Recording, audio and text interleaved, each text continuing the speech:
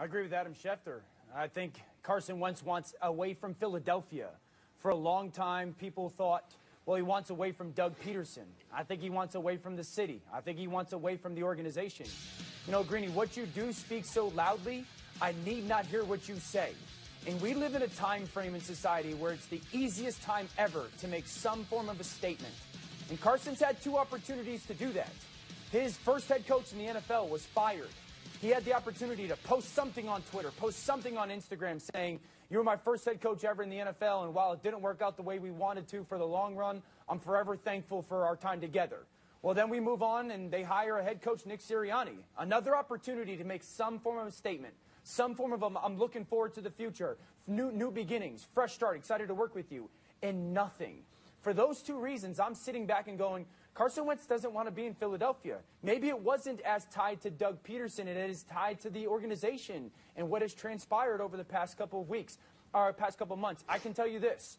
I had a coach call me last week and spend 20 minutes on the phone with me asking about what my thoughts were with Carson Wentz, the good and the bad, why it went south this past season, because they've got a high level of interest in him. And I think two teams that should be calling are Indy and Chicago.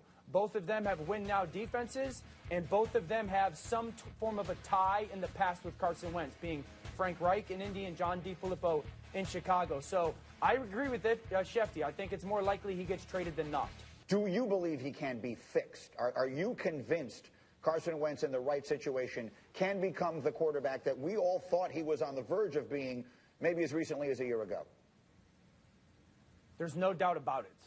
Because the fixing needs to happen mentally. The fixing needs to happen horizontally with a relationship that is built upon communication and trust and confidence. And that's something that can always be fixed, especially with new people.